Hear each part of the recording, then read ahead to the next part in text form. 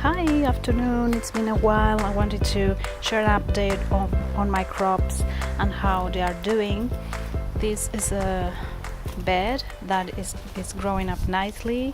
If you can tell, I've mixed the crops in here. I usually don't put only one crop in the same bed, so that's the way to disguise scents, so the insects don't find them too easily.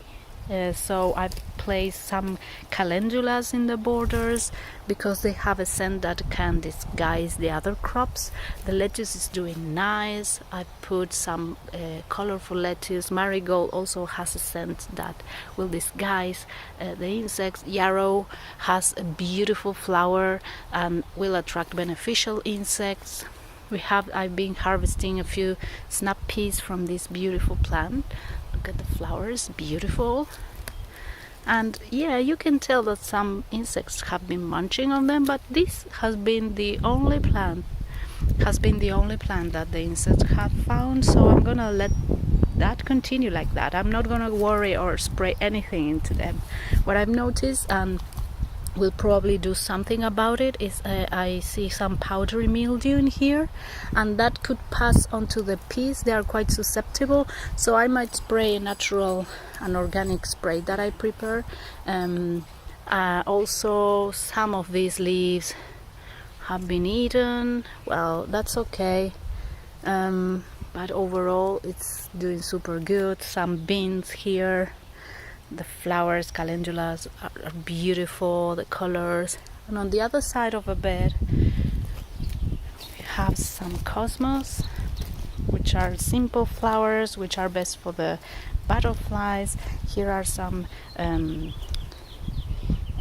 cornflowers, the blue ones, tiny ones, or they're also called, I'm not gonna say a name that is not but cornflowers is also another name for these flowers. They are blue buttons, little flowers which beneficial insects loves, and this one as well, another cosmos, other color. When it's very, look, there's a worm in there, and I'm gonna remove it now with my hands and put it in a tray for the birds, like that. It's in my plants. But what I wanted at the same time, because I let these worms continue to be in my crops,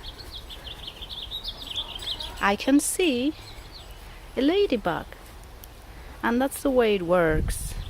Bugs for the birds, it will be food for other insects.